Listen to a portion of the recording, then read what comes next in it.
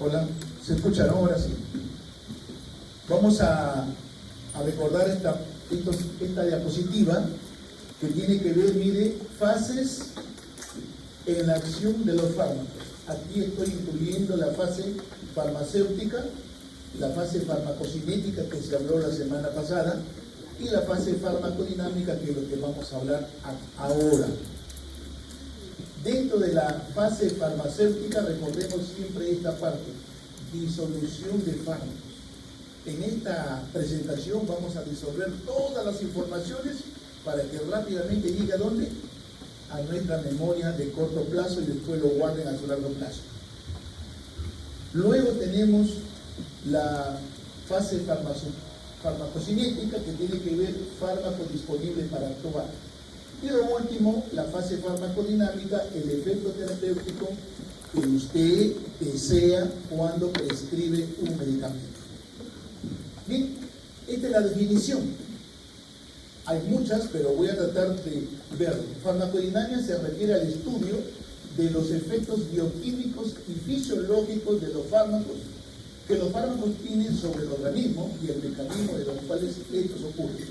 Cuando habla de efectos bioquímicos, se refiere a nivel celular, a nivel molecular, cómo es que funciona. Por decir, pueden actuar a nivel de receptores, pueden actuar a nivel de enzimas, pueden actuar a nivel de canales, etcétera, etcétera. Les pongo un ejemplo. La adrenalina, cuando se une a su receptor, va a activar la adenisiclasa y va a observarse que el ATP se transforma en AMP cíclico, luego activa la proteína quinasa que abre el canal de calcio, ingresa calcio y todo el calcio que sale del retículo se junta y van a actuar en el sistema troponínico. Eso es bioquímico. Y fisiológico se refiere qué efectos voy a observar en el corazón. Aumento de la frecuencia cardíaca, aumento de la velocidad de conducción, aumento de la contractilidad cardíaca. A eso se refiere esta definición. Y a veces esta otra definición es más sencilla, lo que el fármaco le hace al cuerpo. No está en Velázquez, que ustedes lo han revisado. Y para mostrarles acá lo siguiente. ¿Cuáles son los mecanismos de acción de un fármaco que usted prescribe? Hay dos grupos, el mecanismo de acción inespecífica y el mecanismo de acción específica. Cuando hablo de inespecífica y específica, coloco definición, interacción, efectos. Por ejemplo, en la parte de definición, cuando hablo de específica, el fármaco interactúa con una estructura específica que recibe el nombre de diana. Como vemos acá, que puede ser ¿qué? Un receptor, una enzima, un canal, etc. Mientras que el inespecífico ejerce su efecto de manera general, no requiere ninguna estructura diana. Y luego, los efectos, ¿no?, están dirigidos a controlar o enfocar la función particular, como ya lo acabamos de definir en la definición de farmacodinámica. Acá, efectos generales como cambios físicos y químicos. Y aquí observemos ejemplos, por ejemplo, en la específica, fármacos que se unen al receptor, puede ser un agonista, un antagonista, inhibidores de enzima, etc. Y aquí, antiácidos sobre el pH gástrico, neutralizando, elevando el pH, diuréticos osmóticos. Y por eso tenemos acá los bloqueadores de receptores, ¿no? Acá los inhibidores de la enzima convertidora, como es los inhibidores de la ECA, ahora los bloqueadores de receptores de angiotensina, y luego aquí tenemos, por ejemplo, el manitolio, un diurético osmótico, y luego el bicarbonato, un antiácido. Como observemos, bien clarito, el fármaco puede tener una acción específica o puede tener una acción inespecífica. Siempre recordemos esto. Bien, dianas, ¿qué son dianas? Acá les estoy mencionando, es el lugar donde el organismo, ¿no?, del organismo donde un fármaco va a actuar. Ahí, Ahora, ¿quiénes son las dianas? Aquí tenemos las dianas, pueden ser proteínas, pueden ser lípidos, ácidos nucleicos. Normalmente hay más proteínas como dianas. Y la mayoría de los ligandos o xenobióticos o fármacos, ¿no?, van a unirse a la parte proteica, pero también puede unirse a la parte del ADN o lípidos de la membrana. Recordemos estas estructuras que son dianas. Miren, acá los mencionamos, los canales iónicos asociados a voltaje, sodio, cloro, calcio, potasio, receptores que vamos a ver después, metabotrópicos, ionotrópicos, etcétera, enzimas, ahí coloco los de los aires, y los transportadores. Luego tenemos acá, algunos fármacos pueden actuar como agonistas. Por ejemplo, la acetilcolina actúa como agonista de receptor muscarínico o de receptor nicotínico. Si actúa como agonista de receptor muscarínico, va a ocasionar, si hablo de glándula salival, mayor producción de saliva. Si hablo del tubo intestinal, mayor peristaltismo. Si hablo del estómago, vaciamiento gástrico. Y los esfínteres se relajan. A esto se refiere como agonistas. Ya, a ver, vamos a hacer un lapso de 5 minutos. ¿Podemos empezar? 5 minutos.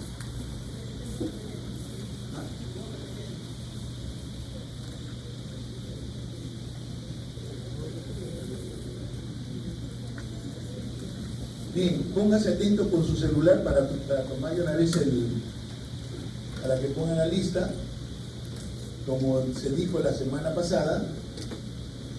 De ustedes va a depender para continuar con este.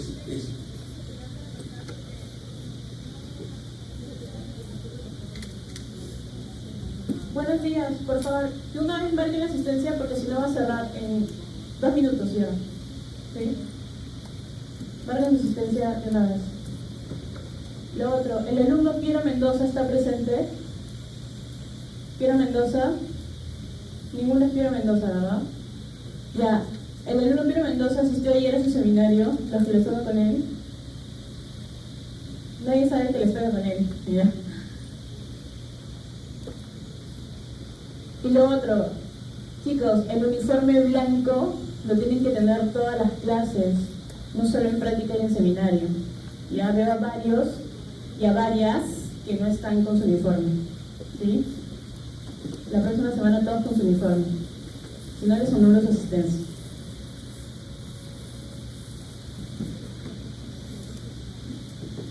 Ya va a cerrar el formulario, marquen una vez.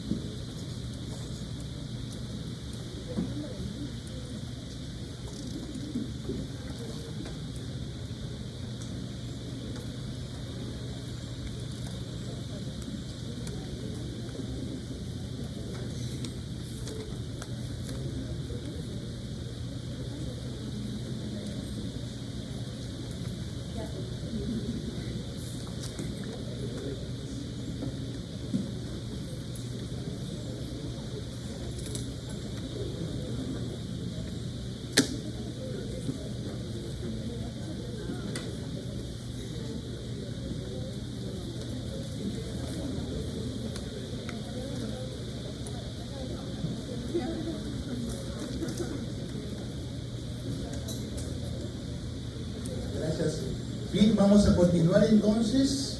Recordemos siempre esta diapositiva. Diana, receptores. Algunos actúan como agonistas. Ya les mencioné el ejemplo de la acetilcolina y receptor muscarínico. Otros actúan como antagonistas. Acá le agrego también atropina, antagonista del receptor muscarínico. Entonces los efectos son diferentes. Mientras que en el primero es de excitación, el segundo es de inhibición. Muy bien, ¿qué más podemos hablar? Aquí, receptor farmacológico. Las fuentes más ricas de receptores son ¿dónde? Las proteínas, que las proteínas que traducen señales extracelulares a respuestas intra. Y dos, las enzimas, los ácidos nucleicos y proteínas estructurales pueden actuar como receptores. Quiere decir que una enzima es una enzima, pero es un lugar donde va a actuar el medicamento. Por ejemplo, el enalapril va a actuar ahí, el lisinopril va a actuar ahí, la aspirina va a actuar ahí. Luego tenemos ácidos nucleicos como los esteroides, que tienen que llegar, como verlo después, pasar la membrana, llegar al citoplasma, unirse al receptor esteroideo y luego en una translocación se van al núcleo y hacen lo que se llama la formación que tiene que hacerse como efecto. Entonces, a eso se refiere esa parte. Muy bien, luego recordemos la localización de los receptores. Esta es una figurita muy interesante que pueden encontrar en la membrana externa, en el citoplasma y en el núcleo. Tipo de receptores. Veamos ahí 4 grupos: receptores ionotrópicos o de canales iónicos controlados por ligandos, receptores metabotrópicos o acoplados a proteína G, receptores ligados a enzimas y receptores nucleares. A nivel de esas estructuras, cuando usted prescribe un medicamento, va a actuar. Si usted prescribe, por decirle, adrenalina, va a actuar a este nivel. Si usted prescribe acetilcolina, va a actuar a este nivel. Si usted prescribe diazepam, va a actuar a este nivel, porque se une al complejo GABAérgico y permite que el GABA se una y finalmente se produce la ansiolisis, la sedación y la hipnosis. O también podemos hablar a este lugar de las enzimas y los receptores nucleares. Muy bien, aquí tenemos los tipos de receptores y el tiempo de respuesta. De repente ustedes tienen las diapositivas anteriores y les quiero decir, hemos tratado de comprimir para que pueda ingresar dentro de 5 créditos. Si antes yo tenía 2 clases, el miércoles y el viernes, hoy solo tengo el miércoles. Por lo tanto, tengo que correr un poquitito. Pero hay las preguntas. Bien, acá, para mostrarles, cuando actúa a nivel de canal iónico, la respuesta es en milisegundos. Cuando actúa a nivel de acoplados a proteína G, la respuesta es en segundos a minutos. Y cuando actúa a nivel enzimático, minutos a horas. Y cuando actúa a nivel intracelular, horas a días. Quiere decir, cuando uso un corticoide, para actuar necesita este tiempo. Porque primero tiene que difundir, llegar al citoplasma, separar al receptor de la proteína de caliente, el HP, y finalmente se produce ya la unión y recién ahí hay una transpolación y se van al núcleo. O sea, demora. Por eso hablamos de ¿qué? De horas a días. Toda esta información está en la base que tenemos acá. Esta es la base. Sigo. Luego, este es más o menos un poquito más estructurado. Acá tenemos, por ejemplo, los canales iónicos controlados por ligandos, la escala de tiempo, milisegundos, receptores nicotínicos de la acetilcolina. Acá estamos hablando de receptores acoplados a la proteína G, estamos hablando de segundos, receptores muscarínicos acoplados a ¿qué? A proteína G. Luego las enzimas, escala de tiempo, minutos a horas, y finalmente la parte nuclear, que una vez que llega al citoplasma, desacopla a la proteína que está unida al receptor y una vez que se une, recién se produce la translocación y luego en el núcleo se produce la transcripción genética y la síntesis de proteínas. Por eso demora. ¿Cuánto demora? Horas aquí a días. Y luego, la respuesta farmacológica va a depender de qué, de qué tipo de fármaco estás prescribiendo. Si es un hidrofílico, estos van a actuar ¿en dónde? En la superficie celular.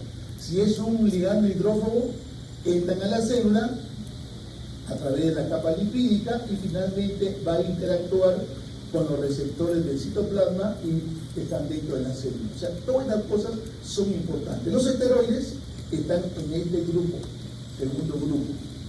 porque tienen que pasar la membrana citoplasmática.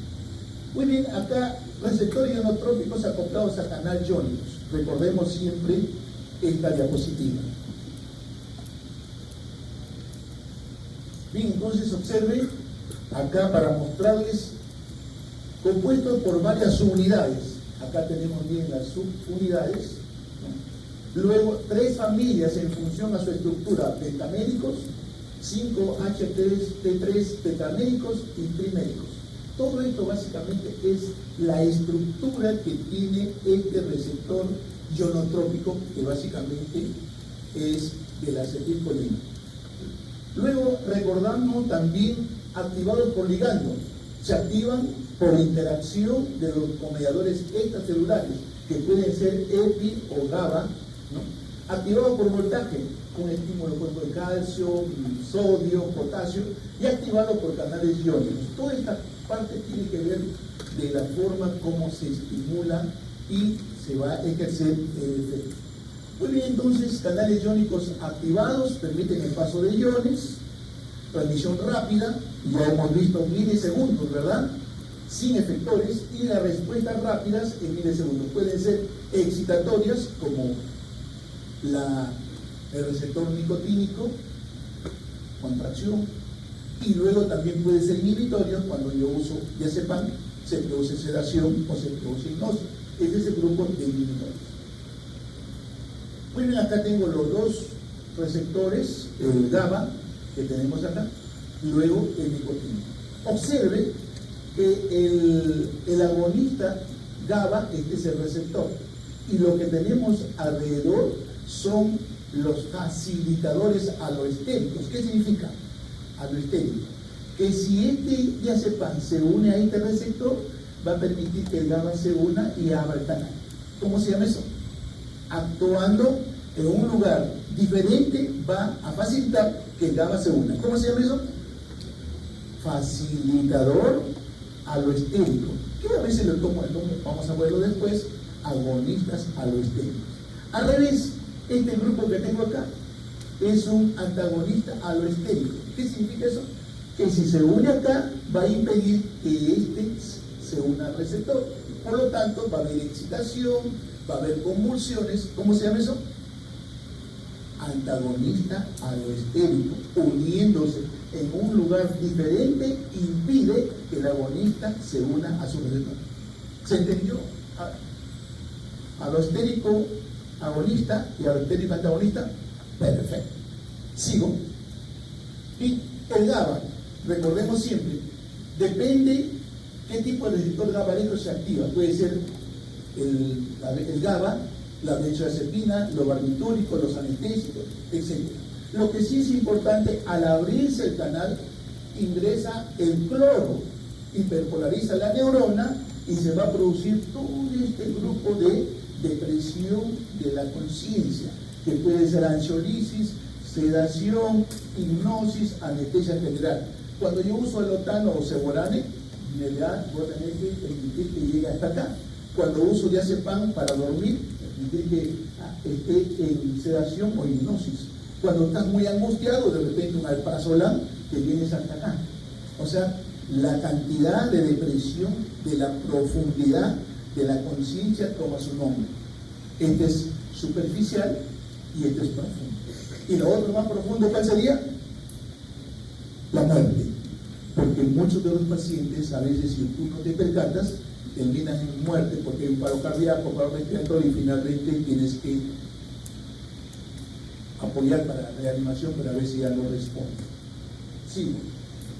Bien, aquí tenemos, por si acaso, miren, los ionotrópicos del glutamato activan el sistema nervioso central y están responsables de ¿qué? De la vigilia.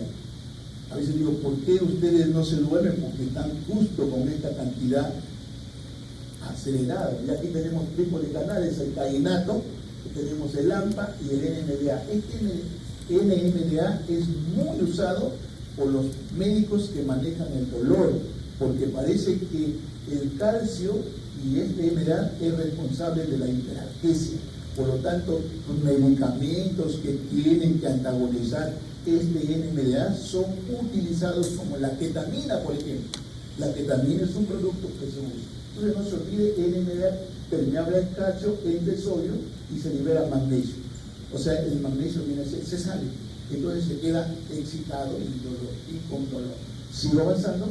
Luego tenemos los inotrópicos de la acetilcolina. Recordemos siempre, la acetilcolina cuando se une o se fija a su receptor nicotínico, lo que va a permitir, el canal se abre, ingresa sodio y sale potasio, pero también puede ingresar calcio. Por lo tanto, estos receptores lo encontramos en los ganglios del sistema nervioso autónomo, lo encontramos también en la placa mioneural y también en la médula adrenal. Entonces son importantísimos estos.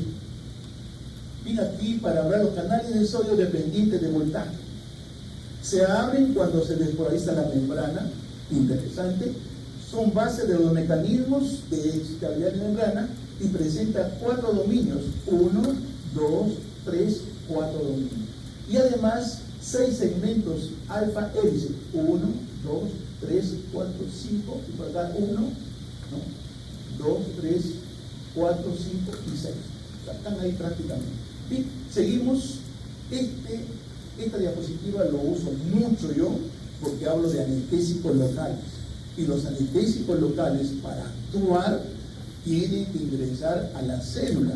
Y dentro de la célula recién van a bloquear este canal. Por eso que coloco yo anestésicos locales, las drogas antiepilépticas y las drogas antidiarrínicas. Entonces, el anestésico local tiene que pasar la membrana, y la única sustancia que puede pasar la membrana es la forma no ionizada o la forma liposoluble. Una vez que ingresa, parte de esa forma no ionizada se ioniza, y esa forma ionizada es la que bloquea el canal de sodio. Pero este canal de sodio también puede ser bloqueado por esta toxina, la tetrodotoxina, que es la toxina del pez globo. Y luego también observen acá, puede también ser bloqueada por DDT, por etcétera, ¿no? Y por la toxina del escorpión. Todo esto básicamente genera. Por ejemplo, ¿para qué damos anestésicos locales? Para bloquear el estímulo doloroso. ¿Para qué se da de repente los antiepilépticos? Para evitar que el paciente tenga convulsiones. Entonces, todo esto tiene relación con esta diapositiva. Bueno, fármacos que actúan sobre canales iónicos. Acá hay todo un grupo. Por ejemplo, el sodio, los anestésicos locales. Potasio, acá tengo los hipoglicemiantes. Calcio, la nifedipina, verapamilo, la neomicina, etc.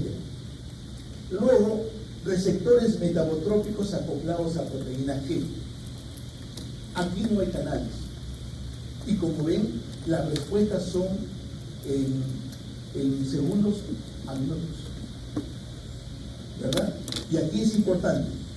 Es una proteína, la proteína G es una proteína transmembrana. Los receptores acoplados a proteína constituyen la mayor clase de receptores. Entonces, el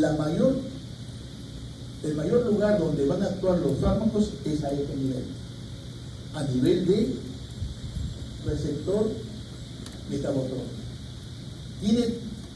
Tiene 7 segmentos de transmembrana, 3 asas intracelulares y un extremo carboxil terminal. Y aquí creo que lo tenemos ahí también. Esa es la gráfica que ustedes tienen que revisar. Y a veces el tipo se nos va cortando y necesitamos avanzar. Bueno, receptores metabotrópicos, ¿cuál es su función? Acoplarse al receptor para una traducción de señal. Si estoy hablando de acetilcolina, bueno, se une al receptor y finalmente va a permitir la contracción del músculo liso, la secreción de saliva, y a nivel cardíaco, el efecto inhibitorio, no se vaya a olvidar, reduce la frecuencia cardíaca y reduce también la velocidad de conducción, poquísimo efecto sobre la contracción. Tipo de proteína G, aquí veamos la proteína G, que tiene que ver estimulantes. El ligando llega al receptor y está unida a proteína G estimulante. Se activa la heliciclasa, el ATP se transforma en AMP cíclico y luego se activa la proteína quinasa A, y esta proteína quinasa A se va a encargar de regalar fósforo. regala el fósforo al receptor beta, regala fósforo al canal de sodio y regala fósforo también al retículo sarcoplasmático. Por lo tanto, cuando le regala un fosforito al canal de calcio, va a ingresar calcio. Y eso básicamente, este calcio que ingresa, estimula para que salga el calcio del retículo sarcoplasmático y en conjunto se va al complejo troponínico y permite la contracción, lo que se llama inotropismo. Esto más o menos es estimulante. Sigo, inhibitorio. El ligando no activa las unidades receptores, no se activa la N-ciclasa, se apertura los canales de potasio. Cuando se aperturan los canales de potasio, sale todo el calcio. Y al salir todo el calcio, prácticamente la nueva célula pierde, podemos decir, una actividad, pierde una actividad. Y eso es lo que tenemos acá. La célula se hiperpolariza y ya no ingresa calcio. Eso lo hacemos, por ejemplo, cuando usamos sevoflurano, se hiperpolariza se produce una apertura del canal de potasio, sale calcio y finalmente hay una citoprotección, por ejemplo. Sigo. Bien, la PGQ o PQ11. La proteína GQ o G11 interactúa con los receptores activados por ligando de serotonina y aumenta esta enzima fosfolipasa C es la que se activa cuando la proteína GQ, el fármaco se une a esta proteína. Y luego tenemos acá, ¿no?, los fragmentos. Una vez que se forma o se activa la fosfolipasa C, se produce una peroxidación de toda la membrana y se forman dos elementos. El primer elemento es el DAC y el segundo elemento es el IP3. Este IP3 es importante porque permite que el retículo sarcoplasmático se abra y salga calcio. Y este calcio que sale es responsable, por ejemplo, en el músculo liso de la contracción, en las glándulas salivales de la secreción de saliva, etc. Vine aquí para darles una idea de un resumen de los receptores acoplados a proteína G. Por ejemplo, el receptor alfa acoplado a proteína GQ aumenta la fosfolipasa, aumenta el IP3 y el A. El A2 acoplado a proteína G inhibitoria disminuye la N-ciclasa y disminuye el AMP5. Si ustedes cuando vayamos a la parte sistema nervioso autónomo, vamos a observar cuando la clonidina se une al receptor alfa-2 presináptico, va a reducir su liberación de noradrenalina y por lo tanto va a bajar la frecuencia cardíaca, va a bajar la presión arterial, va a producir a veces vasodilatación. Y luego tengo acá beta-1, beta-2, acá aumenta la N-ciclasa, aumenta el AMP cíclico, que tiene que ver con la frecuencia cardíaca, con la velocidad de conducción y con la contractilidad. Luego M1 a M2 y M3 acoplado a GQ aumenta la fosfolipasa y aumenta el IP3. Este IP3 es responsable para que el músculo de esto se contraiga. Este IP3 es responsable para que las glándulas salivales aumenten la secreción. Y luego M2 y M4 acoplado a proteína G inhibitoria disminuye la N-ciclasa y finalmente disminuye también el AMP5. Se ha observado que esto es importantísimo en el sistema de conducción cardíaca, porque baja la frecuencia cardíaca, baja la velocidad de conducción. Eso se llama cronotrópico y cromotrópico negativo. Muy bien, enzimas. Aquí también es importante que ustedes lo recuerden. Enzimas. Fármacos que actúan como inhibidores reversibles e irreversibles. Luego, falsos sustratos. Y aquí tenemos enzimas como ejemplo. Por ejemplo, la acetilcolinesterasa, tenemos acá los inhibidores, la neostimina, pirostimina, y su acción farmacológica a nivel de como anticolinesterasa.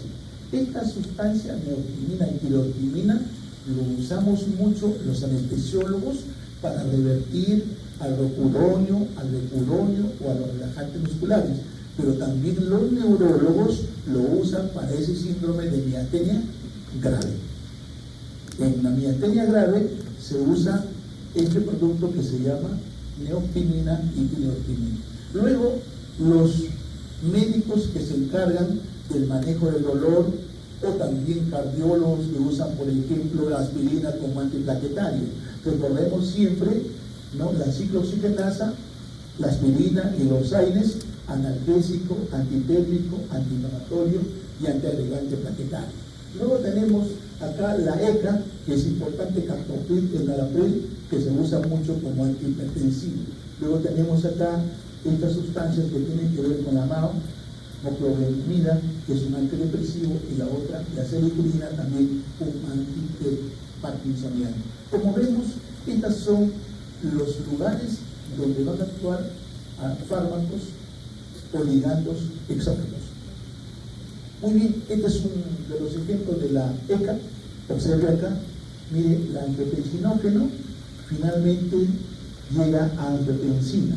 Esta angiotensina es un potente vasoconstrictor y por lo tanto elevador de la presión arterial. Entonces los médicos cardiólogos hace mucho tiempo, ya que ahora usan menos, pero de todas maneras, ¿qué buscan ellos cuando dan de repente los inhibidores de la ECA? Que esta enzima llamado ECA se inhiba y evite que la angiotensina 1 se pase a angiotensina 2. Pero ahora tenemos los nuevos productos, por ejemplo, los sartán, que tienen que ver ya con antagonistas del receptor de angiotensina. Bien, luego tenemos acá lo de miastenia grave. Recordemos siempre qué es lo que van a hacer. Van a unir a esta enzima. Esta enzima se encarga de degradar a la acetilcolina en acetato y colina. Entonces, pero como hay en el miastenia grave hay pocos receptores funcionantes, entonces, ¿qué hace el médico neurólogo? Prescribe neostimina o pireostimina, se inhibe a esta enzima y aumenta la cantidad de acetilcolina. Y esa cantidad incrementada va a mejorar la fuerza muscular en los miasténicos graves. Luego tenemos los inhibidores de la COX, creo que ya hemos hablado anteriormente. Al inhibirse, ¿no?, esta enzima, la ciclooxigenasa, va a haber menos prostaglandinas, menos tromboxano. Y básicamente su acción es analgésica, antiinflamatoria, antipirética, pero también la aspirina se usa como antiplaquetario. Y acá tenemos las diferentes enzimas, el COX, COX-1, COX-2 y COX-3. Básicamente muchos decimos una buena terapia es un COX-2 inhibidor, claro, pero si no es cardiópata, porque si es cardiópata es lesivo para ellos. Por eso cuando hablemos sobre AINES vamos a hablar sobre esa parte. Muy bien, entonces acá enzimas, sustrato y mensajero, adenisiclasa, el sustrato ATP, AMP5. Fosfolipasa, el fosfatidil inositol, IP3 y LAM. Fosfolipasa A, ácido araquidónico, y guaninciclasa, GMP5. Son más o menos los efectos metabolitos que se forman después de la actuación de estas enzimas. Muy bien, receptor intracelular. Ya les hablé que los esteroides es el ejemplo prototipo y que su efecto dura, para actuar es bastante tiempo. Y aquí tenemos básicamente, se encuentra completamente dentro de la célula, por lo que el ligando debe difundir hacia el interior para interactuar con el receptor. Puede ser citoplasmático o puede ser intranucleares. Y acá tenemos el ejemplo, miren, interesante. Esta sustancia se tiene que unir a este receptor en el citoplasma y luego que se une va a desacoplar a esta proteína HSP y recién como una nueva molécula unida es llevada al núcleo y finalmente se produce una transcripción para formar nuevas proteínas. Esto demora, por eso les hablé anteriormente cuánto demora. Bien, luego en transportadores. Usamos muchos digitálicos en la emergencia para aquellos pacientes que nos hacen insuficiencia cardíaca. ¿Cómo funciona? Tenemos la bomba de sodio y potasio. Esta bomba se encarga, cuando se produce la despolarización, entra sodio y sale potasio. y la bomba empieza a actuar, agarra al sodio y lo saca, y al potasio lo vuelve a ingresar. Pero cuando usas un digitálico, ese transportador se inhibe y el sodio se queda en el intracelular, y finalmente se tiene que producir un cambio. Debe salir, ingresa calcio y se produce el inotropismo propio de los digitálicos en pacientes con insuficiencia cardíaca. Conjunto de proteínas situadas en la membrana con función fisiológica. Esto facilita el paso de iones y moléculas, glucosa, aminoácidos, en condiciones físico-químicas. Acá tenemos más o menos la idea. No se olviden, este es un transportador, podemos decir, saturable. ¿Por qué saturable? Porque si hubieran 1, 2, o 3, o 4, o 5, de repente solamente puede pasar 3. Entonces el resto se queda, se satura, de acuerdo al... Y lo otro también es, podemos decir, selectivo. Pasa este, pero no pasa este. O sea, por eso hablamos, cuando hablamos de transportadores, hablamos de saturabilidad y hablamos de selectividad. No se vaya a olvidar. Este es un ejemplo muy parecido. Usted viene con su carro, tiene cuatro asientos, hay 8 amigos ahí, usted tiene que llevar. ¿Con quién empieza? Bueno, con el amigo más íntimo, y si tiene su novia, con la novia, ¿verdad? O la novia lo deja. Tiene que subirlo, ¿verdad? Eso se llama selectivo. Y cuando usted solamente tiene 4, se quedan 5. 4, porque usted 4 y 4, 8, hablamos de saturable. Bien, entonces avanzamos y acá tenemos fármacos que actúan en las proteínas transportadoras. Mire, la amitriptilina y la cocaína bloquean la captación. En otras palabras, se queda más tiempo en la sinapsis y habrá más efectos alfa y más efectos beta. En otras palabras, estos productos se asocian a vasoconstricción e hipertensión. Otro fármaco inhibidor, la fluoxetina, bloquean la captación de serotonina y se usa básicamente como antidepresivo. Otro ejemplo, la digoxina, que ya les hablé. Tenemos otro ejemplo, el omeprazol, esomeprazol y pantoprazol bloquean la bomba de protones y de esa manera se usa para aquellos pacientes que tienen gastritis o úlceras. Luego tenemos el probenecid, que se usa mucho para aumentar el efecto de los antibióticos. Muy bien, hasta acá, farmacodinamia 1. Luego pasamos a farmacodinamia 2. ¿Hasta acá alguna pregunta? ¿Alguna inquietud? Lo que han sacado de internet, sus diapositivas, guárdenlo porque es la suma con lo que tenemos. Lo que pasa es que ahora le he dado un poquito un retoque diferente. ¿Preguntas?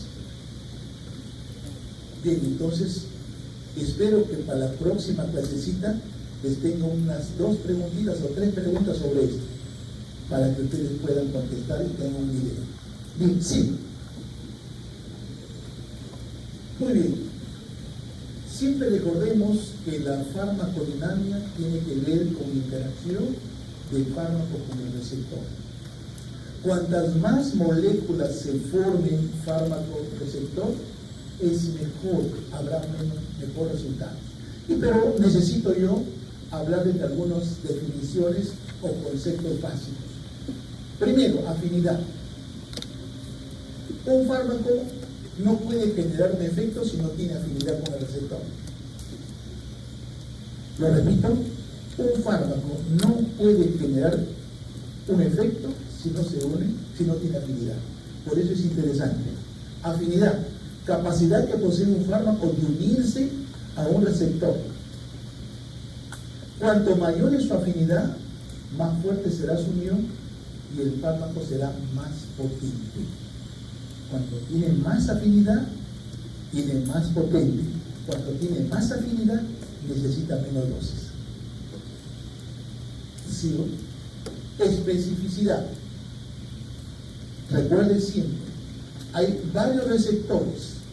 1, 2, 3, 4, 5. Pero yo, el fármaco tengo especificidad por este grupo.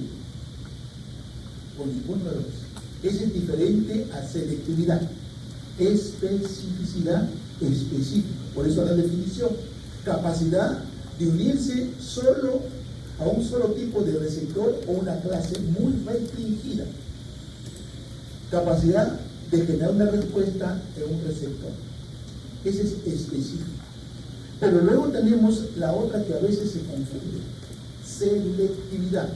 Muy bien, digo, los 5 grupos, yo soy más selectivo para este grupo. Pero puedo unirme acá, sí, para acá también, pero soy más selectivo para él. A eso se refiere esto, ¿no? Capacidad de unirse, ¿no?, preferentemente a un receptor particular. Pueden unirse a varios tipos de receptores, pero tiene mayor afinidad, preferencia por un receptor específico. Cuando hablo, por ejemplo, de adrenalina, tengo un receptor alfa y un receptor beta. A dosis bajas, tiene preferencia por el beta 2. Por eso es que se usa en la práctica de emergencia como broncodilatador. Y cuando aumenta la dosificación, pierde esa selectividad, además de beta, ya se une al alfa. Entonces, beta 2, beta 1 y alfa. Entonces ya va cambiando. Y sigo avanzando. Actividad intrínseca. A veces lo definimos como la magnitud de la respuesta cuando un fármaco activa un receptor. Y aquí, ¿qué lo definimos? Capacidad de inducir un efecto biológico una vez que se ha unido a su receptor. Si la adrenalina se une a su receptor beta, me da taquicardia. Si la noradrenalina se une al receptor alfa, me da vasoconstricción. Si la acetilcolina se une al receptor muscarínico, me da espasmo, me da cólico. Si se une al receptor de las glándulas salivales, me da mayor secreción de saliva. A eso se refiere la parte intrínseca. Recordemos siempre, alta actividad intrínseca, son eficaces incluso ¿a qué? A baja concentración. ¿Y de qué dependerá que tenga alta actividad intrínseca? De la afinidad. Si tiene más afinidad, entonces no necesita mucha dosis para poder ejercer un efecto. Bien, potencia, otro término interesante. Nosotros los médicos no prescribimos fármacos por potencia, sino por eficacia. Pero siempre recordemos que la potencia viene a ser la concentración o la dosis de un fármaco que genera una respuesta. Por eso dice acá, fármaco se refiere a la cantidad de fármaco que es necesaria para producir un efecto determinado, un efecto máximo. Luego la potencia está relacionada ¿con qué? Con afinidad. Si hay más afinidad, su actividad intrínseca será más alta. Si hay menos afinidad, menos actividad intrínseca. O necesitan más dosis. Mira acá, los fármacos más potentes tienen una alta afinidad y una alta actividad intrínseca a dosis bajas. Lo vuelvo a repetir para que no se les olvide. La potencia es generalmente evaluada por este CE50. ¿Qué significa? La dosis necesaria para alcanzar solo el 50% del efecto. En la parte endovenosa o oral se llama DE50. DE50. Acá, ¿cómo se llama? Concentración efectiva 50. Bien, eficacia, el otro término muy usado, nosotros siempre usamos un fármaco que sea eficaz. Capacidad del fármaco para inducir un efecto máximo cuando se une al receptor. Esta eficacia es independiente de la dosis, de la cantidad de fármaco. Yo no evalúo la dosis cuando hablo de eficacia, solo evalúo la magnitud de la respuesta, la magnitud, la intensidad. O también puede ser la frecuencia cuando hablo, porque hay dos curvas, la curva gradual y la curva cuantal, que vamos a verlo después. Cuando hablo de curva gradual, hablo de magnitud de la intensidad. Y cuando hablo de curva cuantal, hablo de la frecuencia o proporción de población que responde y no responde. Son dos cosas. Lo tenemos bien desarrolladito por si acaso para que ustedes tengan una idea. Bien, el fármaco con mayor eficacia puede producir una respuesta máxima mayor, independiente de qué? De su potencia. En otras palabras, independiente de su dosificación. Porque la potencia depende de qué? De la dosis. Muy bien, esto más o menos es podemos decir una pregunta. ¿Es lo mismo decir que un fármaco es potente o eficaz? No es igual, ¿no? Mire acá, estoy observando 3 curvas sigmoideas. Esta celeste, luego esta roja, esta anaranjada. ¿Cuál es el más potente? El que tiene menos dosis para lograr el efecto. ¿Y cuál es menos potente? El que necesita más dosis para lograr el mismo efecto. En eficacia, este es más eficaz, 100%, este de repente es 50%, el de acá 20%. El de acá depende de qué? De la dosis y de la afinidad a su receptor. Si tiene más afinidad, necesita menos dosis. Si tiene menos afinidad, necesita más dosis para llegar al efecto máximo. ¿Se entendió? Perfecto. Bien, esto también es importante aquí para mostrarles. El A es más potente que el B, porque tiene mayor ¿qué? Afinidad. Pero los dos llegan al 100%. Entonces su eficacia es igual.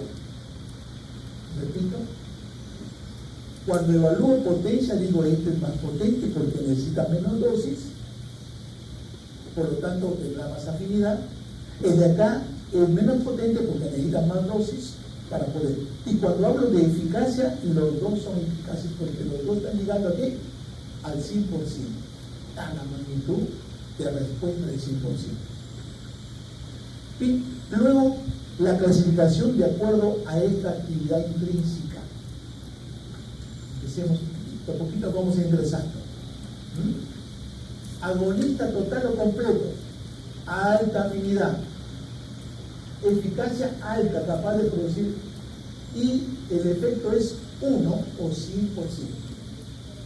Luego, antagonista, tiene alta afinidad, pero cero eficacia,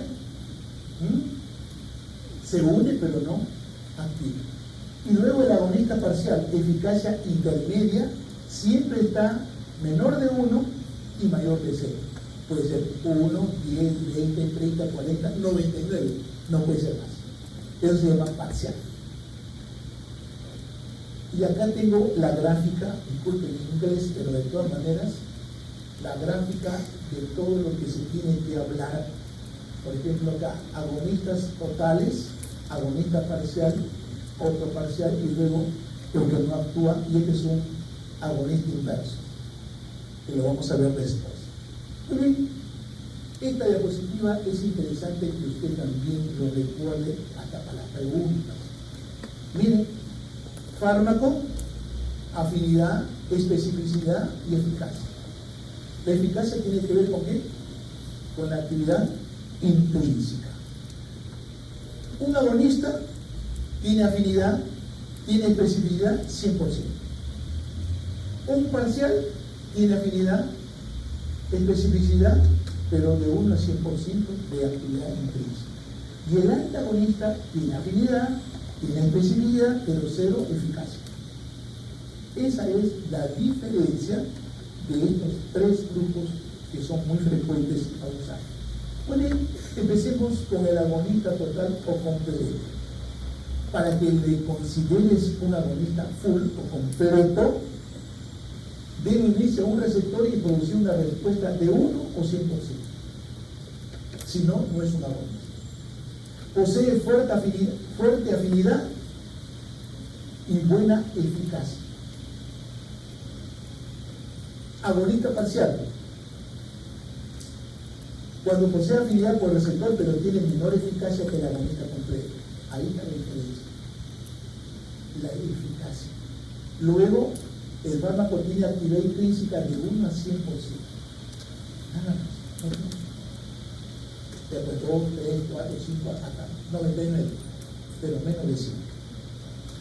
Esta es una diapositiva para mostrar, este es un agonista full o completo y este es un parcial. Recordemos siempre, el agonista parcial, su respuesta está entre 0 y menos 1. Eso ya no está en tu diapositiva. Lo tienes agregado.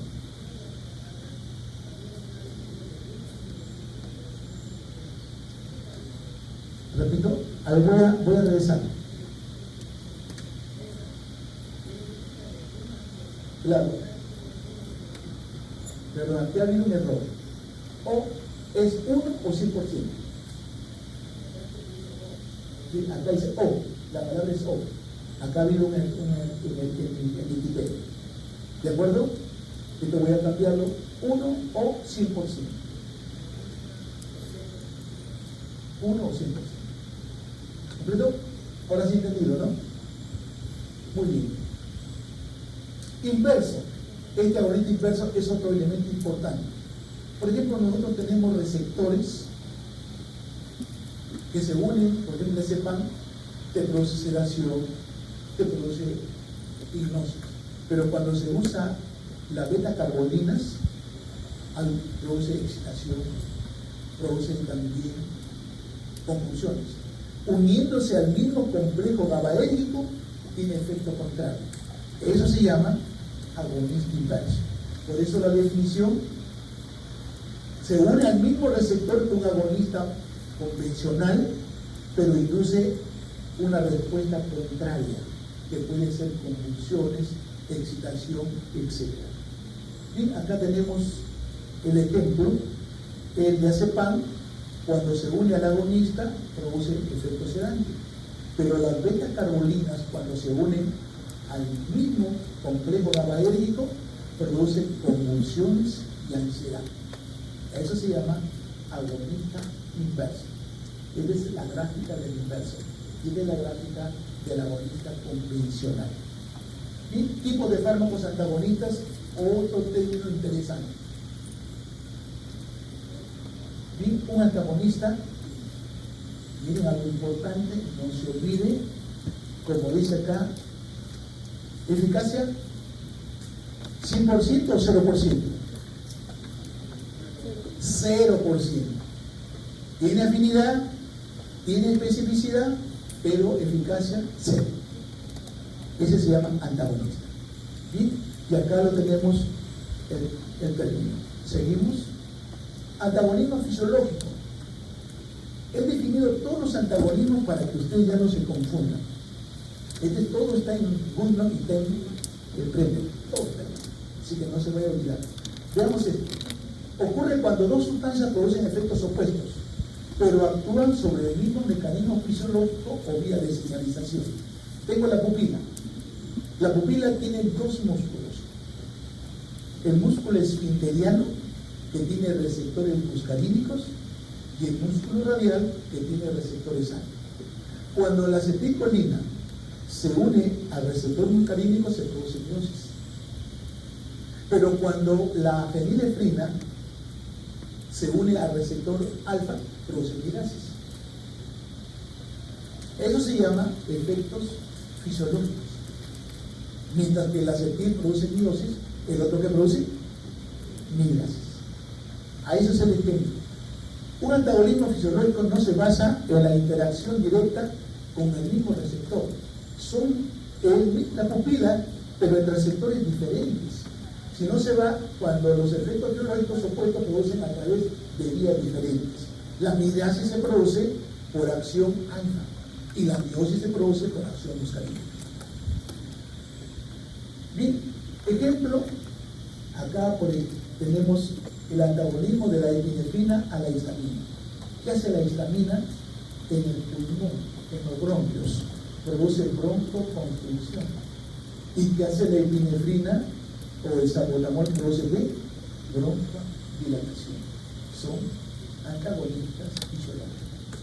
Otro ejemplo, la epinefrina y la histamina. La adrenalina, por actuar en los receptores alfa, produce vasoconstricción, mientras que la histamina es vasodilatador. Por eso hablamos de, mientras uno vasodilata, el otro hace vasoconstricción. Antagonistas fisiológicos. ¿Sigo? Otro ejemplo, noradrenalina y acetilcolina en el corazón. Cuando la noradrenalina se une al receptor beta 1, se produce aumento de la frecuencia cardíaca, aumento de la conducción y aumento de la contractilidad. Pero cuando la acetilcolina se une, baja la frecuencia y baja la velocidad. Antagonistas fisiológicos. Luego tenemos el antagonismo químico. Antagonismo químico. Se refiere a una sustancia o fármaco que neutraliza o inactiva a otra mediante una reacción química. Yo lo tengo muy clarísimo, la heparina con la protamina. Yo toda mi vida he usado heparina porque yo trabajaba en la anestesia cardiovascular y siempre usábamos heparina y luego cuando ya se acababa la cirugía revertíamos a la heparina con protamina. Pero la protamina, ¿qué hace la heparina? La heparina altera todas las vías de coagulación, pero la protamina no se encarga de recuperar, no. Se va y neutraliza la heparina que queda todavía disponible. Por eso se llama antagonista químico. Sigo avanzando. Ocurre cuando una sustancia se une a otro fármaco formando un complejo que impide su acción. Este tipo puede ocurrir en el plasma sanguíneo, en el entorno extravascular o también en el ganglio intestinal, dependiendo de las sustancias involucradas. A ver si tengo acá un ejemplo. Características: reacción directa, no requiere interacción con receptores y neutraliza el efecto. La protamina neutraliza el efecto anticoagulante del heparina. Bien, acá tengo el ejemplo: heparina el agonista y la protamina el antagonista. Entonces, cada vez que usemos heparina, tenemos que revertirlo, salvo que pasen muchas horas, porque la vida media de la heparina es una hora.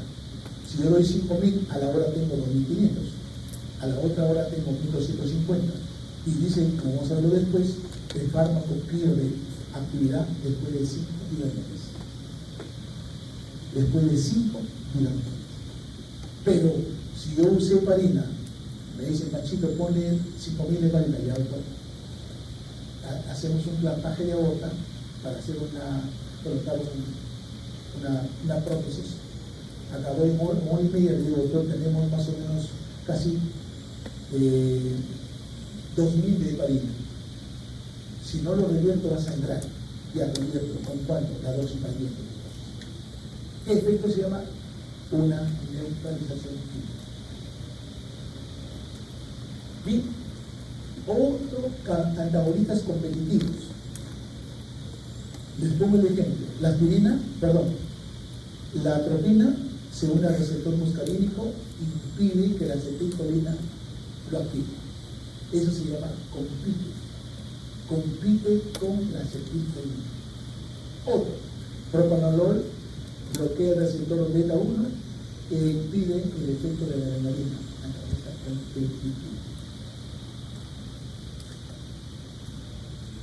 ¿Este antagonismo competitivo puede ser revertido? Sí, lo puedo revertir cuando aumento el agonista.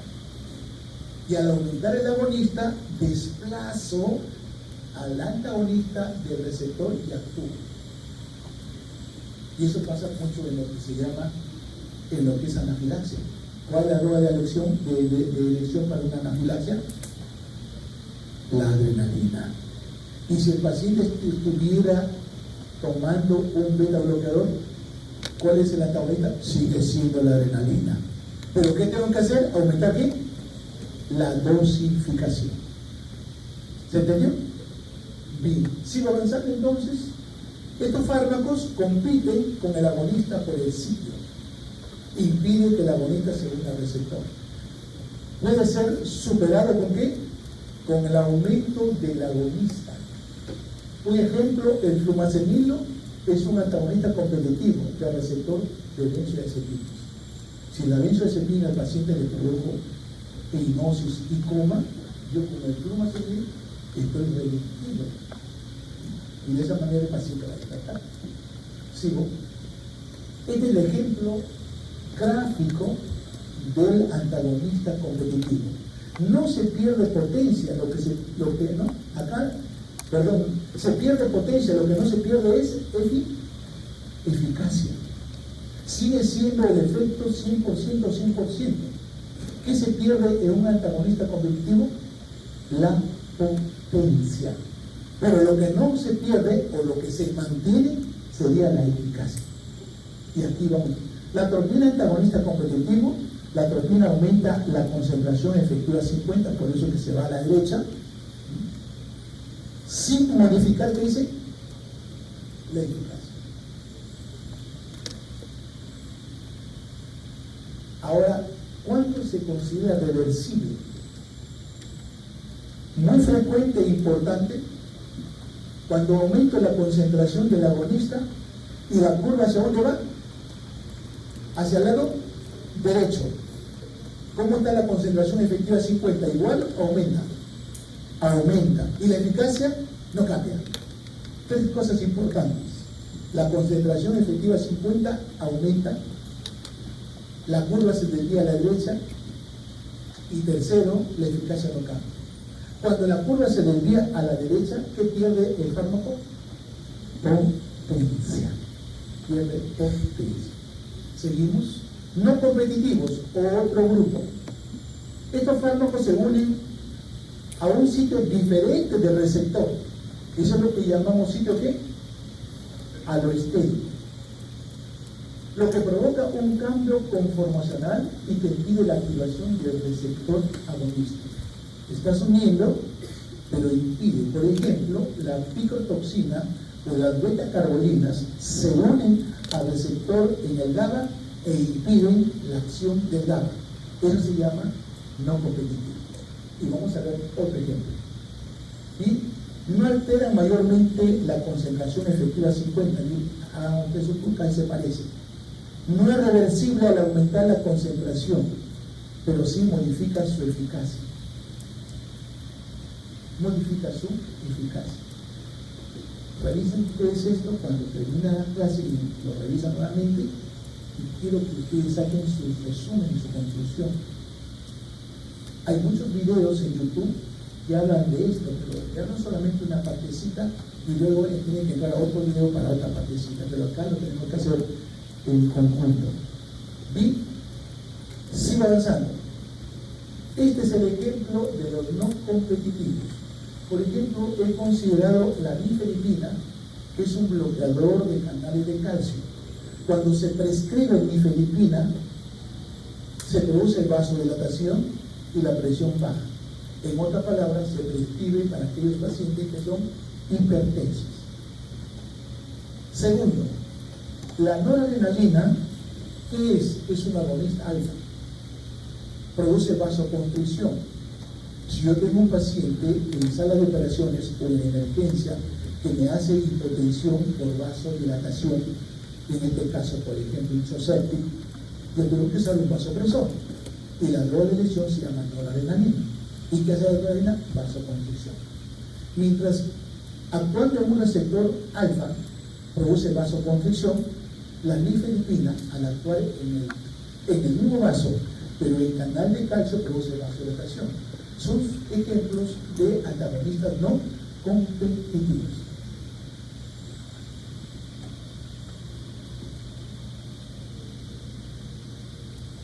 ¿Sí? Irreversibles. La irreversibilidad tiene que ver con el tipo de unión del fármaco con el receptor. Si la unión es covalente, es irreversible. Es irreversible. Se une al receptor de manera irreversible o bien irreversible. No puede ser desplazado por aumento del agonista. Un ejemplo es la aspirina, que se une irreversiblemente a la ciclooxigenasa.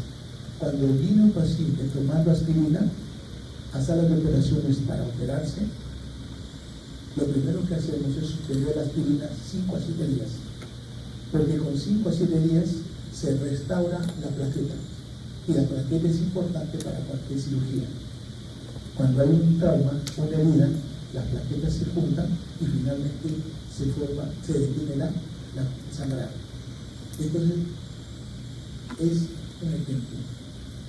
Y modulación aloestérica, otro término que tienen que ustedes entender. Son fármacos que se unen a un sitio distinto del activo. Se llama sitio aloestérico. Altera la respuesta del receptor al agonista. Por eso vamos a ver que tenemos agonistas aloestéricos y antagonistas aloestéricos. Estos pueden ser activadores o inhibidores. Cuando hablo de activadores hablaré de qué? De agonistas. Y cuando hablo de inhibidores hablaré de qué? De antagonistas. Veamos los agonistas.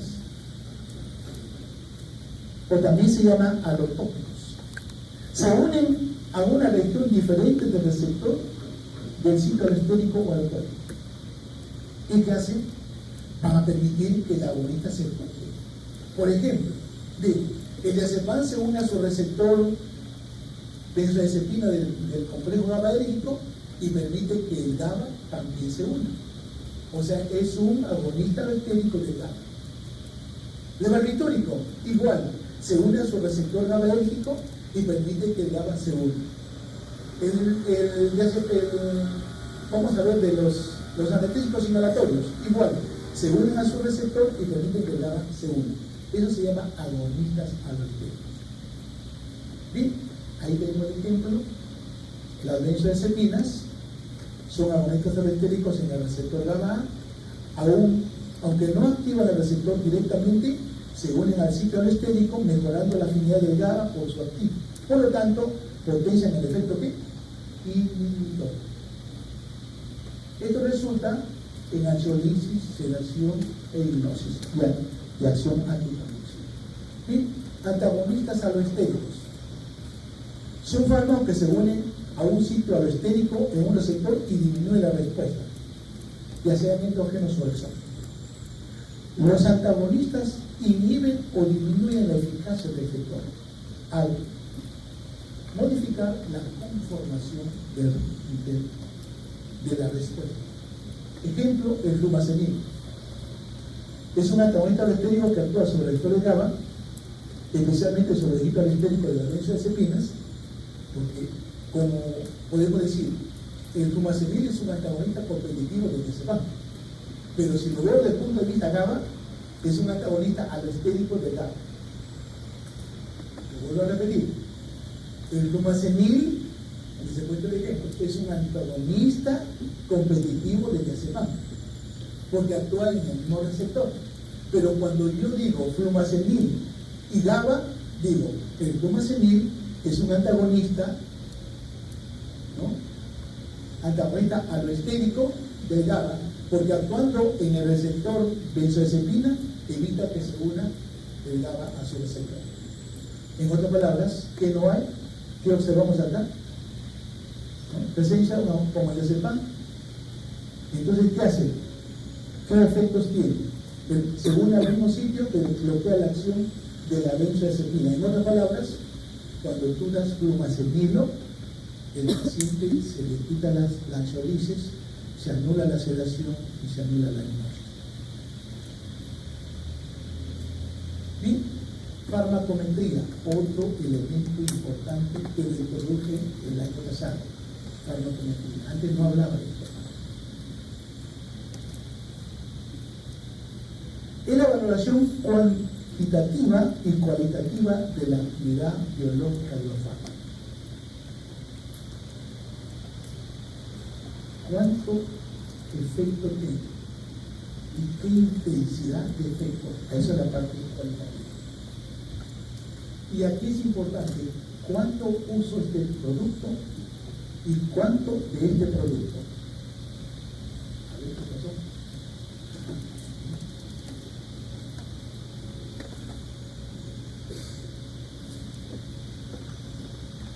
¿Cuánto y cuándo uso? Recordemos siempre. Asimismo, valorar y compartir y comparar la eficacia y los efectos del fármaco. Para eso me sirve la farmacología. Recordemos siempre, usted puede valorar y comparar la intensidad o magnitud de la respuesta. O puede usted valorar y comparar la frecuencia o proporción de población que responde. Por eso tenemos dos curvas, la curva gradual y la curva cuantal. El cuantal tiene que ver con población, tiene que ver con frecuencia, tiene que ver con proporción. Y el gradual tiene que ver con intensidad o magnitud. Ahí está la diferencia que vamos a ver después. Bien, tengo dos curvas que son importantes que usted lo recuerde. Esta curva llamada hipérbola es una gráfica dosis-respuesta que tiene que ver básicamente en el laboratorio. Mientras que esta gráfica se moldea es netamente en vivo, en los pacientes, etc. Bien, tengo dos curvas. La curva gradual se llama gradual porque expresa una respuesta individual a dosis creciente de un fármaco. Cuando hablamos de respuesta individual se refiere en intensidad. En intensidad. Magnitud de una respuesta está relacionado con el número de receptores con los que el fármaco interactúa. Si interactúa con 2, no se ve mucha respuesta. Pero si interactúa con 50, ahí sí va a tener mayor intensidad. Tomas 1 miligramo de midazolam, te da una respuesta sedante, pero si tomas 10 miligramos, ya te imaginas, tienes una mayor respuesta. A eso se refiere esta gráfica. Bien, características de la gradual. Se mide en un solo individuo, no en la población, sino en una sola persona. Mide la magnitud del efecto, la intensidad que ocasiona, la respuesta de un frente a dosis variables. Son útiles para evaluar potencia y eficacia de un fármaco. Siempre recuerden, la potencia y eficacia tiene que ver con la intensidad de la respuesta, con la magnitud de la respuesta. No estoy hablando de frecuencia ni tampoco de proporción de población, solo intensidad, magnitud. Ofrece información sobre la eficacia máxima. Luego tengo la cuantal. Recuerden, es la respuesta de todo o nada. ¿Qué significa eso? Si yo doy un por ejemplo, vamos a ver, un antieléctrico, digo, ondacentrón, 5 miligramos, ¿cuántas personas tuvieron efecto antieléctrico? 5. No voy a decir yo 5,5, ni 5,3/4, ni 5,1/4, ¿no? Es todo o nada. Igual yo, con 20, ¿cuánto? Bueno, ahí casi 99% de personas no tuvieron vómitos. Entonces siempre, cuando hablamos de todo o nada, significa siempre respuesta en enteros. 1, 10, 20, 30, 40, 50. Nunca mitad, ni 3/4, ni 4.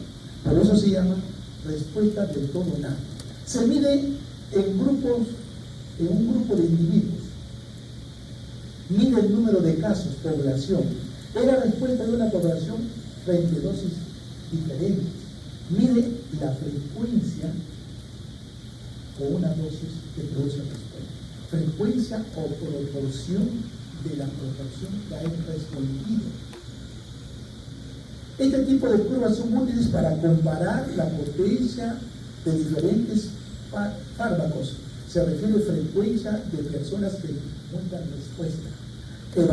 También evalúa la seguridad y eficacia de la población.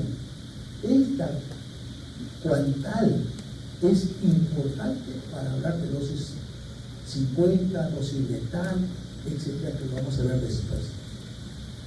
¿Qué permite la curva cuantal? Calcular el límite terapéutico, que lo vamos a ver después. ¿Qué más? La dosis tóxica media, la dosis efectiva media y la dosis letal media. Para eso me sirven estas curvas, dosis respuesta. Bien, aquí tengo una diferencia clave entre las dos curvas. en la gradual y la cuartal. Veamos. Enfoque en un solo fármaco. Enfoque el grupo de qué? De individuos. Primer diferencia. Segunda, tipo de respuesta, magnitud de la intensidad, frecuencia o proporción de población que responde. Dosis clave, es de 50, dosis que produce 50% del efecto máximo. Pero este efecto máximo se refiere a intensidad, a magnitud de la intensidad. Acá igual, pero ¿a qué se refiere? A la frecuencia o población o proporción que está respondiendo en la población. Ejemplo, efecto, reducción progresiva del dolor en un paciente con dosis crecientes. Frecuencia de personas que desarrollan inmunidad frente a una vacuna, por ejemplo. Uso, para analizar la relación dosis e intensidad de respuesta, para analizar la relación dosis y frecuencia. Siempre intensidad y frecuencia o población. Este se mide en un solo individuo, este se mide en una población. Y dosis, ¿cómo definimos la dosis? Hay muchas guías ya sobre dosificación, cada fármaco tiene su dosis. Usted no puede inventar la dosis. Ya está definida, por eso dice acá, cantidad de fármaco que se administra en función a peso. Esta cantidad se puede expresar en unidades de volumen.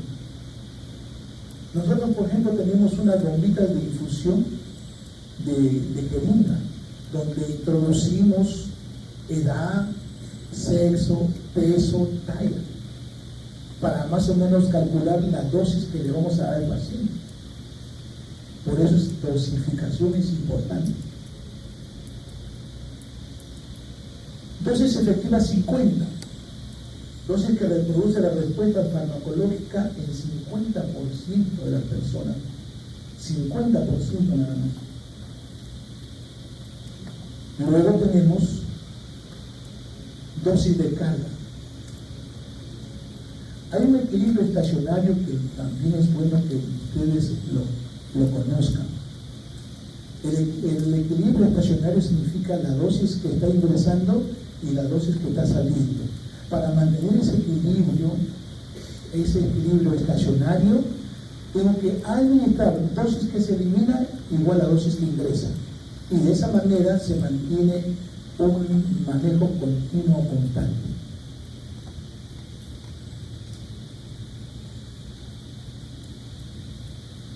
La dosis de carga se determina multiplicando el volumen de distribución del fármaco por la concentración plasmática que usted desea del fármaco. Acá les he puesto un ejemplo usando teofilina. Por ejemplo, el volumen de distribución de este producto es 70 kilos. De 70 kilos es 35 litros. Lo repito, la teofilina tiene un volumen de distribución en este paciente de 70 de 35 litros. Y la concentración plasmática que yo deseo que sea terapéutica, que no produzca efectos adversos, es de 15 mg por litro. ¿Y cómo calculo la dosis de carga? Multiplico 35 litros por 15 mg por litro y me sale 525 miligramos. ¿Cuánto tiene la aminofilina? 250 miligramos. ¿Cuántas ampollas tiene que usar? 2.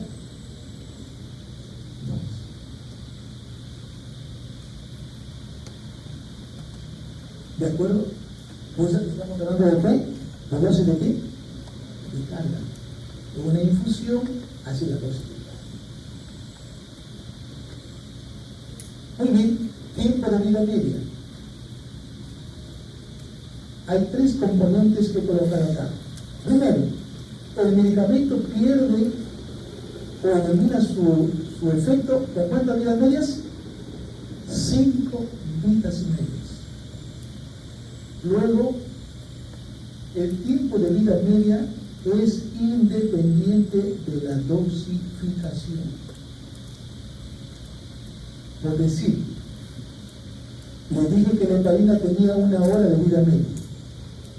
O sea, jovencito que se está durmiendo, a ver, despierto eso, de repente ya está convulsionando y necesita un anticonvulsivo.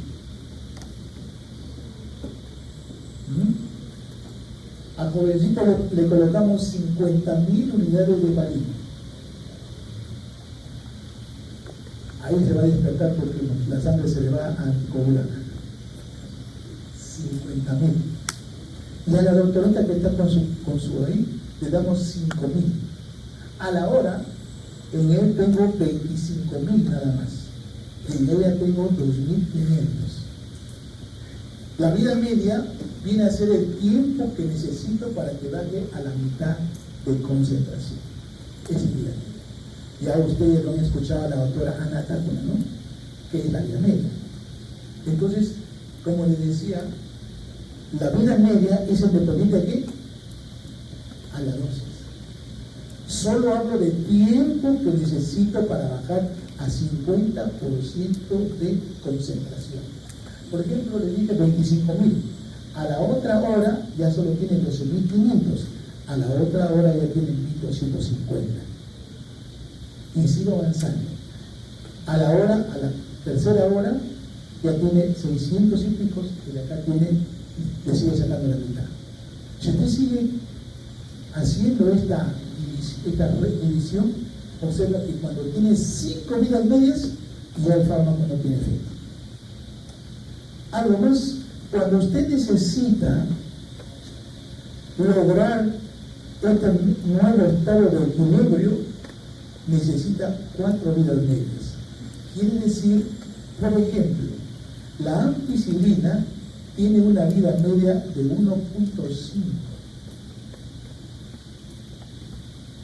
1.5.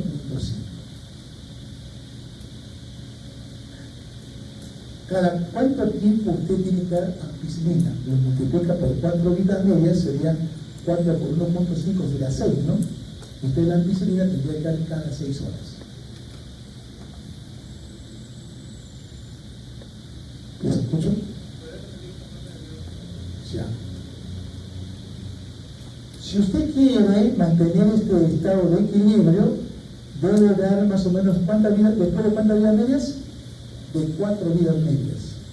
La vida media de la ampicilina es 1.5 horas. Si yo necesito dar ampicilina cada 25 horas, lo multiplico por 4. 4 por 1.5, ¿cuánto es? 6. Quiere decir que el ampi dura cada 6 horas. Pero hay productos que se dan de ataque como la digitalización, es diferente. Por eso tiene que saber usted discernir entre uno y el otro. Y dosis tóxica, DP. Dosis que produce respuesta a efectos tóxicos en el 50% de la población. Luego dosis letal 50, dosis que produce muerte en 50% de animales de experimentación. ¿Qué curva usamos para determinar esta dosis letal? ¿La gradual o la cuantal? La cuantal, porque hablamos de población. Estamos hablando de población cuantal, por eso les decía que la cuantal me sirve para eso. ¿Sí, no? Una dosis se determina en animales de laboratorio, generalmente especies de roedores. Muy bien, esto es otro elemento importante que a veces no le damos importancia. Por ejemplo, una cosa es el índice terapéutico, que es la relación entre dosis letal 50 sobre dosis efectiva 50, y otra cosa es el famoso índice de seguridad, que viene a ser la relación, recuerde siempre, entre dosis letal 1, digamos acá, sobre 99. Y cada uno debe ser mayor o igual a 2. El de acá, mayor o igual a 10. ¿Qué pasa si su índice terapéutico es más angosto o más corto? Yo a veces en sala de operaciones he visto coleguitas que se están que se duermen. Y el paciente está operando. Gracias a Dios que los anestésicos inhalatorios tienen un índice terapéutico amplio. O sea, te va a dar tiempo. Pero hay situaciones en donde tú no tienes tiempo, tienes que estar despierto. Sobre todo, vamos a verlo después, índices terapéuticos cortos. ¿Sí? Veamos acá, índice terapéutico. constituye una medida de margen de seguridad de medicamentos. Se expresa numéricamente como esta relación: dosis letal 50 sobre dosis efectiva 50.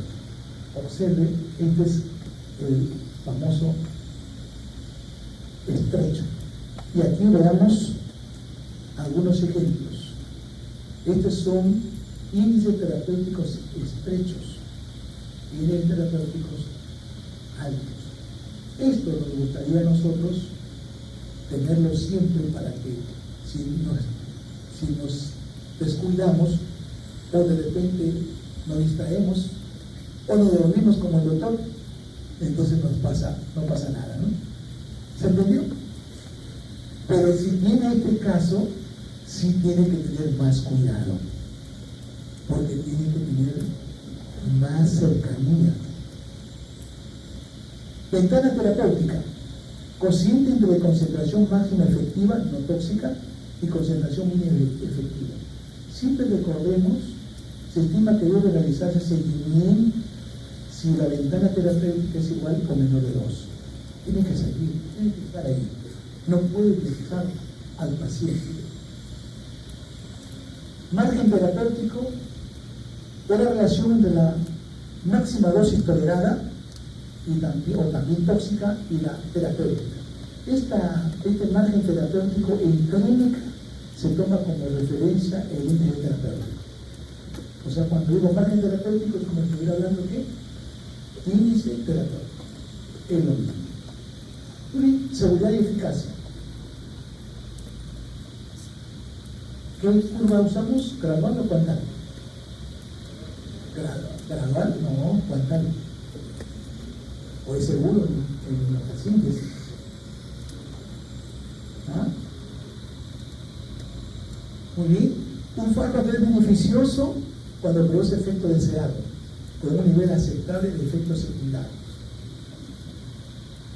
Efecto adverso: una cosa es efecto adverso y otra cosa es efecto idiosincrático. Por ejemplo, tengo un paciente que viene y me dice: doctor, soy alérgico a las penicilinas.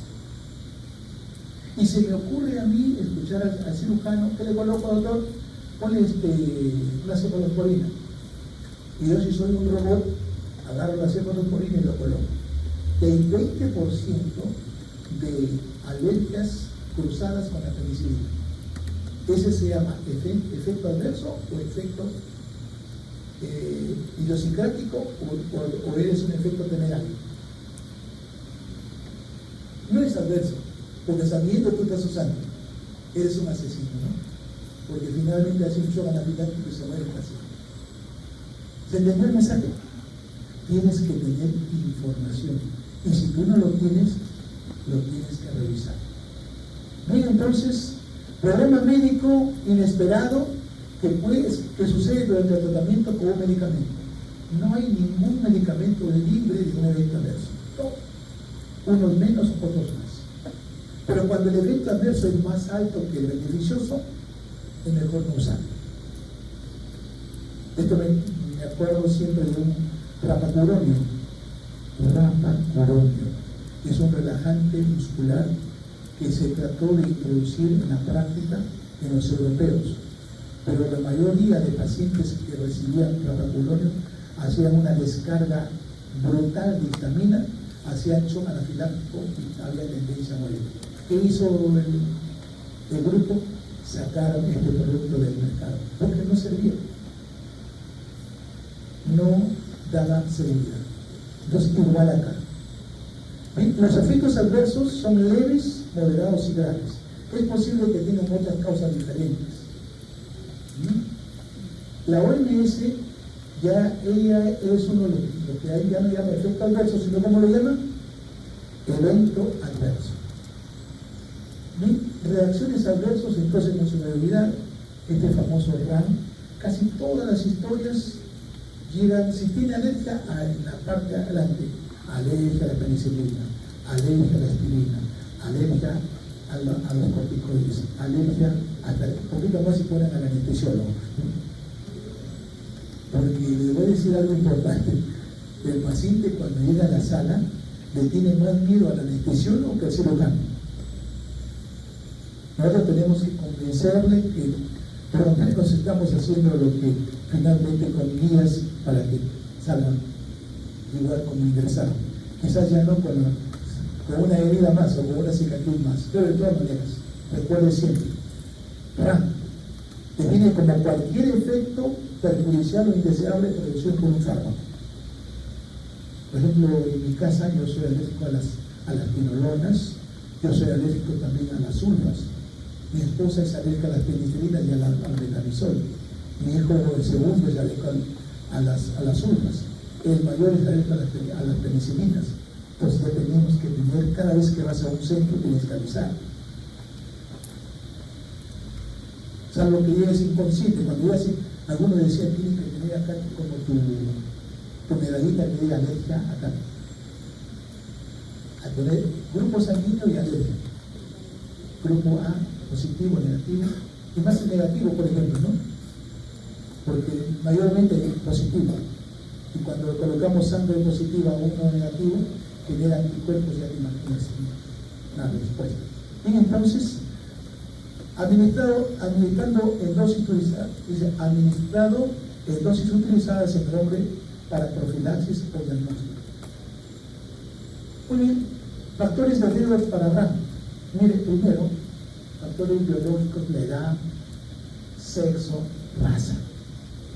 Factores patológicos, patologías, severidad del proceso. Factores farmacológicos, polimedicación. Hay gente que usa un montón de medicamentos. Claro, tú doctor, te vas a hacer seguro, vienes con tu saco de medicamentos, porque mayormente los medicamentos que prescribe el seguro son genéricos. Pero no genéricos que tengan una evaluación por las entidades como la FDA de Estados Unidos o la europea. No. Cada laboratorio viene con su propia documentación y para ellos son buenos. Pero imagínense que va por una sartán de marca que está casi 300 soles, 30 tabletas. Se va usted a la botiquita y está 20 soles. Entonces, ese genérico me da dudas. Y para colmo de casos, las doctoras farmacéuticas que estudiaron solamente primaria te quieren cambiar el producto. Tú te vas con el de marca y yo te quiero. Pero tengo uno que es parecido y es más barato. Entonces, antes tenía la costumbre de enseñarle lo que se llama bioequivalencia. Ahora ya no me estoy cansando. Entonces, eso es lo que entender. La bioequivalencia en Norteamérica, el producto genérico tiene un efecto entre 80 y 120% de la marca. Mire ese rango, 80 a 120. Es el genérico usted lo compra y no tiene dudas. Sigo, factores psicológicos, factores farmacológicos, dosis, duración y tipo de fármaco. Y luego tenemos factores psicológicos, mal cumplimiento, errores en la toma. A veces para poder hacer diagnóstico de alergia, da la casualidad que tomó 3 productos y no sabemos a cuál es alérgico.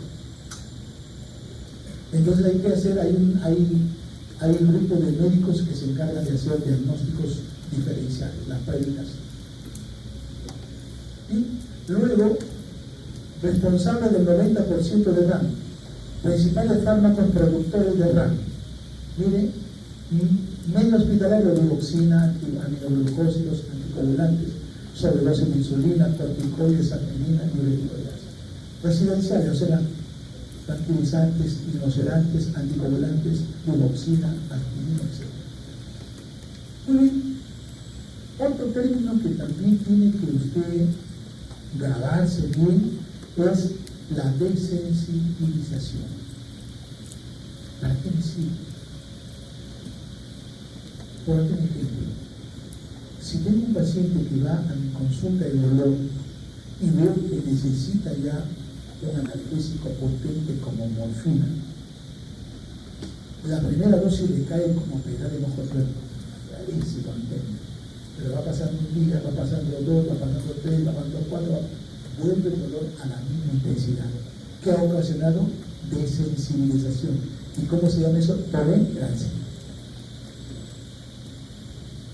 La tolerancia es una expresión, una gráfica de la desensibilización. Por eso es importante. La estimulación constante de células con agonistas suele dar resultado un estado de ¿qué? De desensibilización. ¿Y qué dice? ¿Asociada a qué? A pérdida de eficacia. Y tenemos dos grupos. Puede ser de tolerancia o puede ser de taquifilaxia, que lo vamos a diferenciar. Bien, el estado de desensibilización. La fosforilación del receptor por sinasas, por ejemplo, los que están ligadas a proteína G, juega un papel fundamental para desencadenar la desensibilización.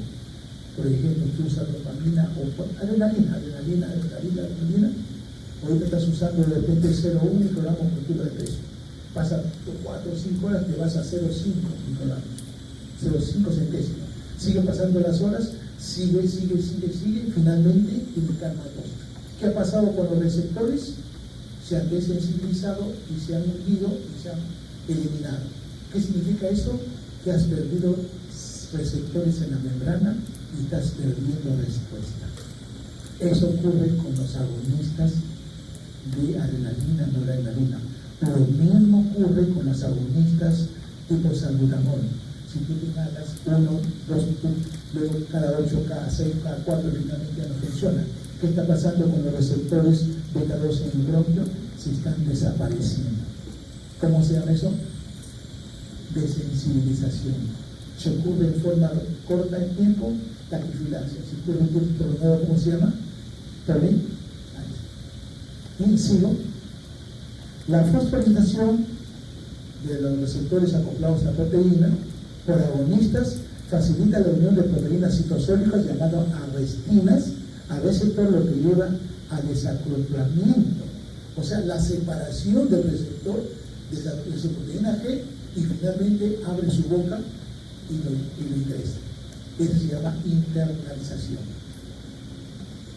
Bien, mecanismos de desensibilización, alteraciones en los receptores, en los canales, translocación de receptores, agotamiento de mediadores, aumento de degradación metabólica, adaptación fisiológica.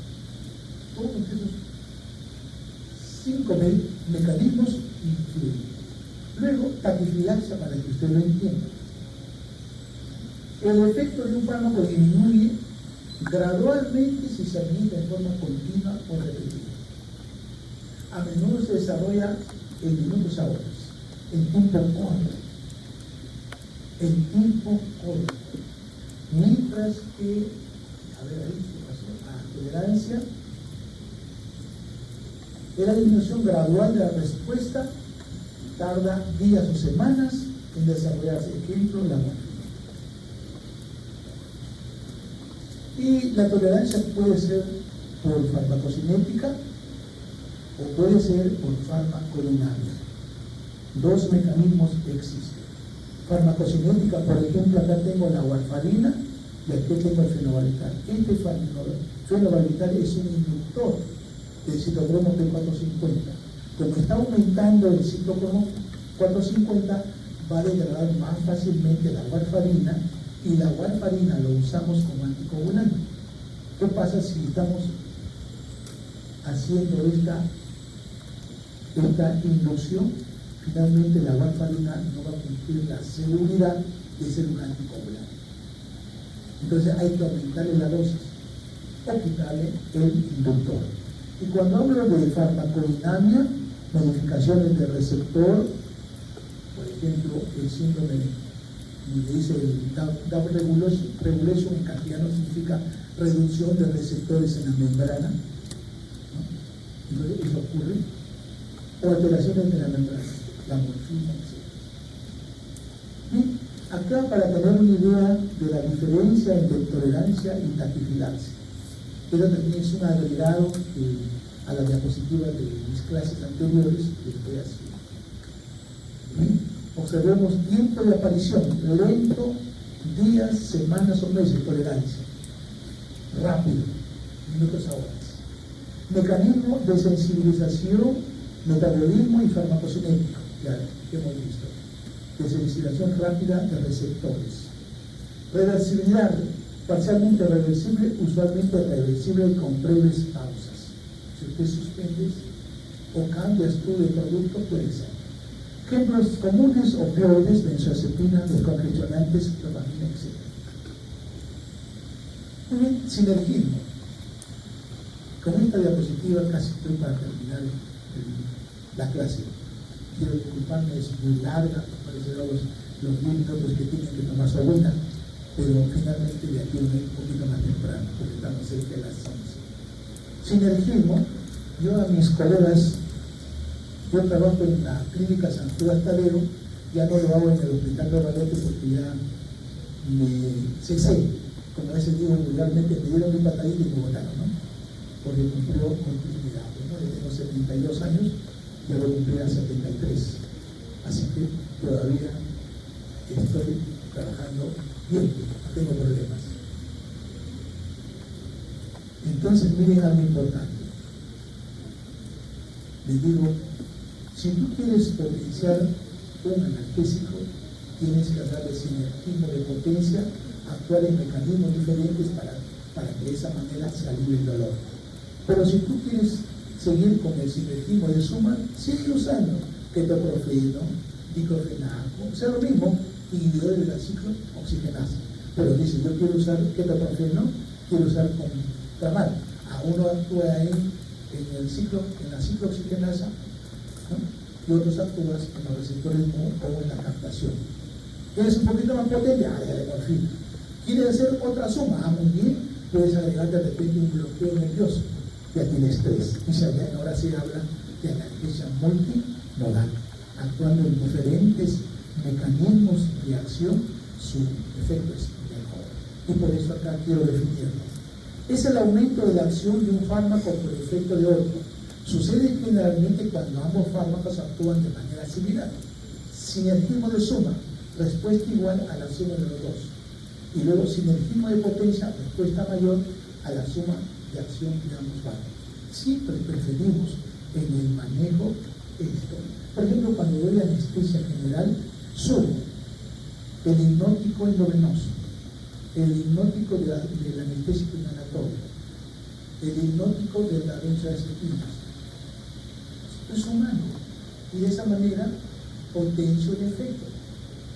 Antiguamente, en el año 1846, cuando Morton hizo la demostración en público y en el hospital de Massachusetts, solo usó él.